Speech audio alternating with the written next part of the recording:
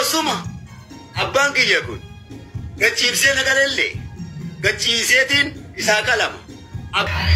Kadir martuudha duraan dursee waan si gaafadhu yoo shanan bareen torraa kan dhalatte taate kudha tokko ilmaan baree Booranaa irraa yoo kan dhalattu taate osoo alagaa ta'e namni osoo isaa abbaa kiyya fandishee ta'uu baate sa'aatii damee afuritiin bakka sanirraa diileetti isa godhaatti sana gubbaa. Fandishee ijoollee iyyaalaa wajjin waliin qixxaatinii gosti tiyya Oromoodha Oromoo malee Oromoon gosa biraan qabu. Ates mee Kadir kamartuudhaati martuun ka eenyuuti ofiiti mee Oromoo daggalchi obboleessa kiyya maqaa haqaa kookeeti. Sarummaa kiyya kan muummicha ministeera kan akka Jawaarfaa kan akka Lammaafaa gurguddaa argitu kan akka kaa'ee. Ati dhugaan siima saba Oromoodhaati miti. Abbaa kee asli isaa gaafadhuuti. Ka ilmi dhiiraa jala dubbatee hin beeku. Abbaan kiyyaas diileetti isa godha ni beekaa jechuudha. Abbaa fedhe diileetti godha abbaan kiyya. Hin galchitu. Egaa ani fandisheen ilma bareentooti. Ilma bareentoo keessa ilma qallooti. Ilma qalloo keessa ilma kudha lamaan alaati. Ilma kudha lamaan alaa keessa ilma afran nuunnuuti. Fandishee Mahammad Usmaan Alii Khoodee Arreelee Jiloo Kharrayyuu Xuulloo Yaayyaa Nuunnu alaa qalloo bareentooti. Akkasittiin sii galchamee akkanuma galchi. Ilma gaangul bakka irraa abbaan kee akkaataa itti dhufe nin beekaanii anaa miti kan sossobdu. Kan musliimaata waaqeffataa barcuma keessan irratti nagayni rabbii isinii baa ta'u yeroo jiru ani ilmi keessan ulfina guddaadhaan daddacha heeraa fi seeraa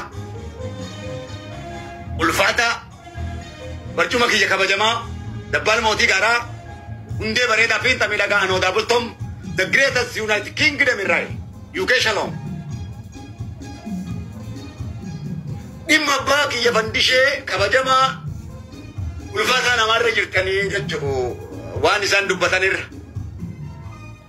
gamaa gamana dhukkeerraa kaafamaa jira jechuun lakki ilmi abbatti seera muru ilmi abbatti murtoo hin muru osuma abbaan kiyya kun gachiibsee nagalelle gachiiseetiin isaa qalama abbaan kiyya na arrabsuun abbaan kiyya na xiqqeessuun anaaf ulfina guddaadha malee salphina guddaadha miti. Kana waan ta'eef hin arrabsina hin xiqqeessina abbaa keessan kabajaa jechuudha jedhisiidha.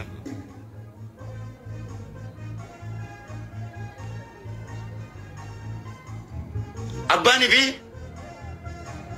waanuma fedhe yoo godhe akkuma fedhe yoo je obsanii danda'uun dirqama rabbiiti malee sodaa namaatii miti. Milkaa'ina. An sanyii Nabii Ismaa'eel kan abbaan isaa gachiibseetiin siqala jennaan eega rabbiin keessi ajaje naqalii jeensa. Sanyii abaaramtuudha miti.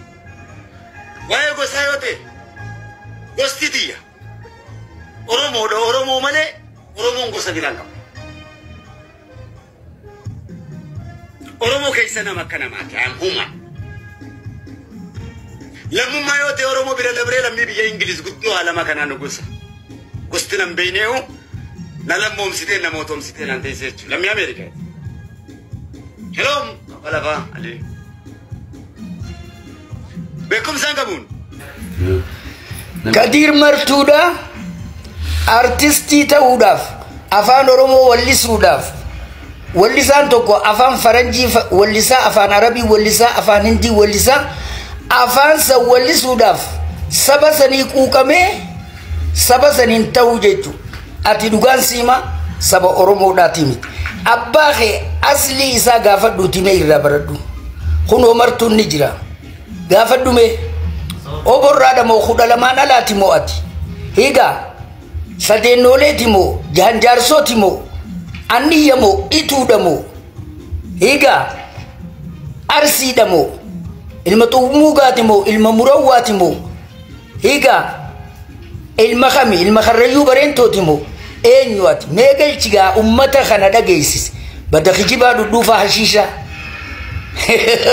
hudduutee si beeyna nuti ummata Oromoo tajaajiluu malee an saree Oromooti saree Oromooti gosti xiyyaamaas dhageeffatu sareen Oromoo kan diinatti namarraa duutu gala guddaa qaba sareenu adurreen fiitu adurreen guddifatanuu galata qabdi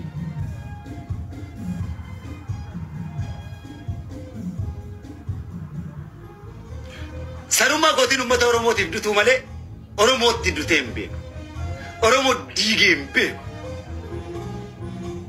waan hin qabu ilmaan Oromooti hojii qooddachuu malee sarummaa gootiin Oromoo nama ta'e miidhee hin beeku nama Oromootti dutee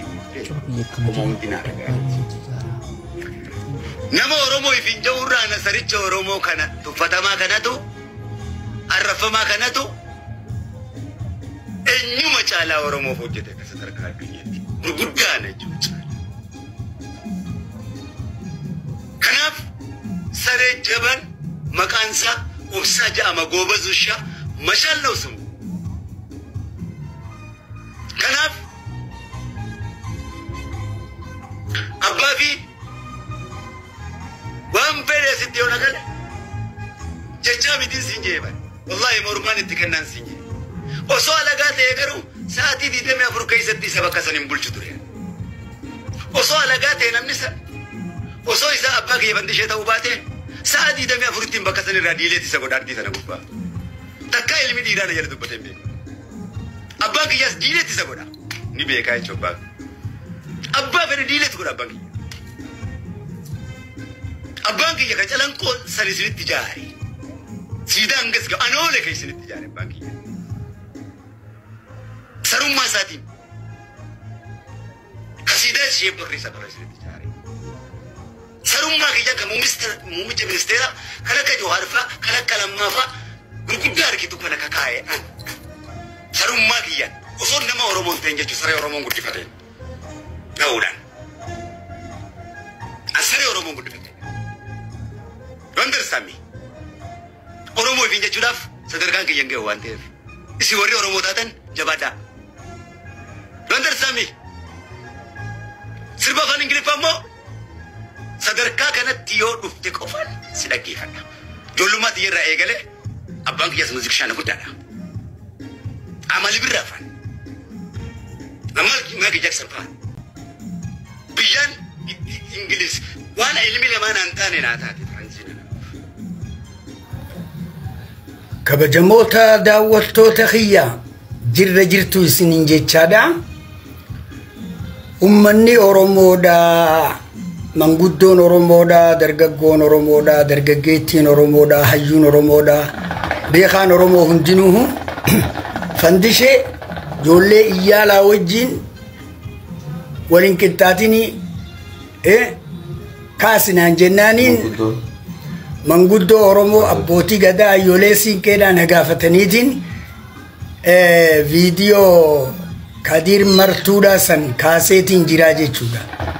Maaliif hin kaasini beeytanii ka dogongore wajjin dogongoruu hin qabnu ani abbaan feelee fandishee jechaa arrabsaa haa oolu kaayoo fi akeekni kiyya nama tokkoomsuudha jibbansarraa gama jaalala harkisuudha waan kana ta'eef galatoomaan isiniin jaa.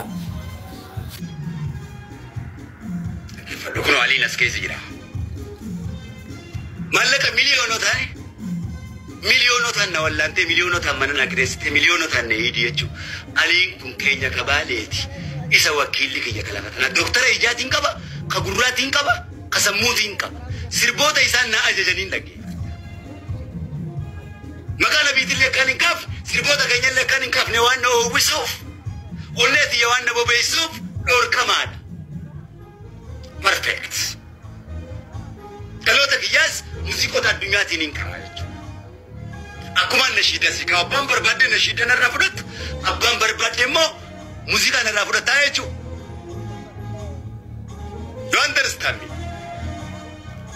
Maqaa Oromoo kan itti keessa qabu my boy welcome. Waan akka waan hin godhe uummata Oromoo xiqqaa guddarratti yoo amantii teessa amantiidhaan ka'ee falmu, yoo dhaabatees dhaabaan falmu, dhaabaa fi dhaaba kanii wal nyaachise hoggana fi hoggansa kanii wal nyaachise eega tokkummatti siyaamu kaniin kutaa fi gosa wal nyaachise eega gosti diigamte ana qobaatti jakkaas gubbaa isjaaru silaa anjiraachuu baadhee rabbii isin keessa nagaayuu baate miidiyaa kana gubbaa sareen isin nyaattee jechuu kuma isin beekanitti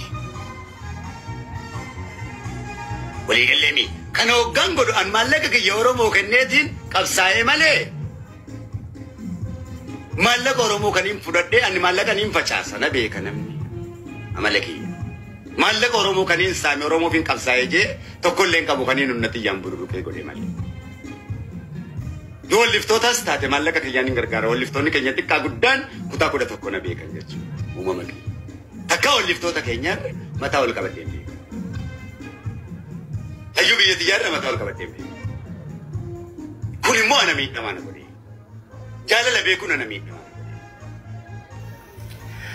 mee dhageeffadhaa guurii gurrarraa fudhadhaa waan looreetiin jaalalaa kabajamoo muummee ministeera Itoophiyaa ta'een si ibsa saaqaa dukkana gabrummaa ibsaa karaa walabummaa walqixxeessaa mirga sabaa sablammummaa gonfachiisaa mirga abbaa biyyummaa kan qabne hiyyummaa kan qabne gabrummaa هاجراتو لوريتين جاللا أبي أحمد ألفنا في خبجان هاجراتو أمتهما أمرين فادرتو هاجراتو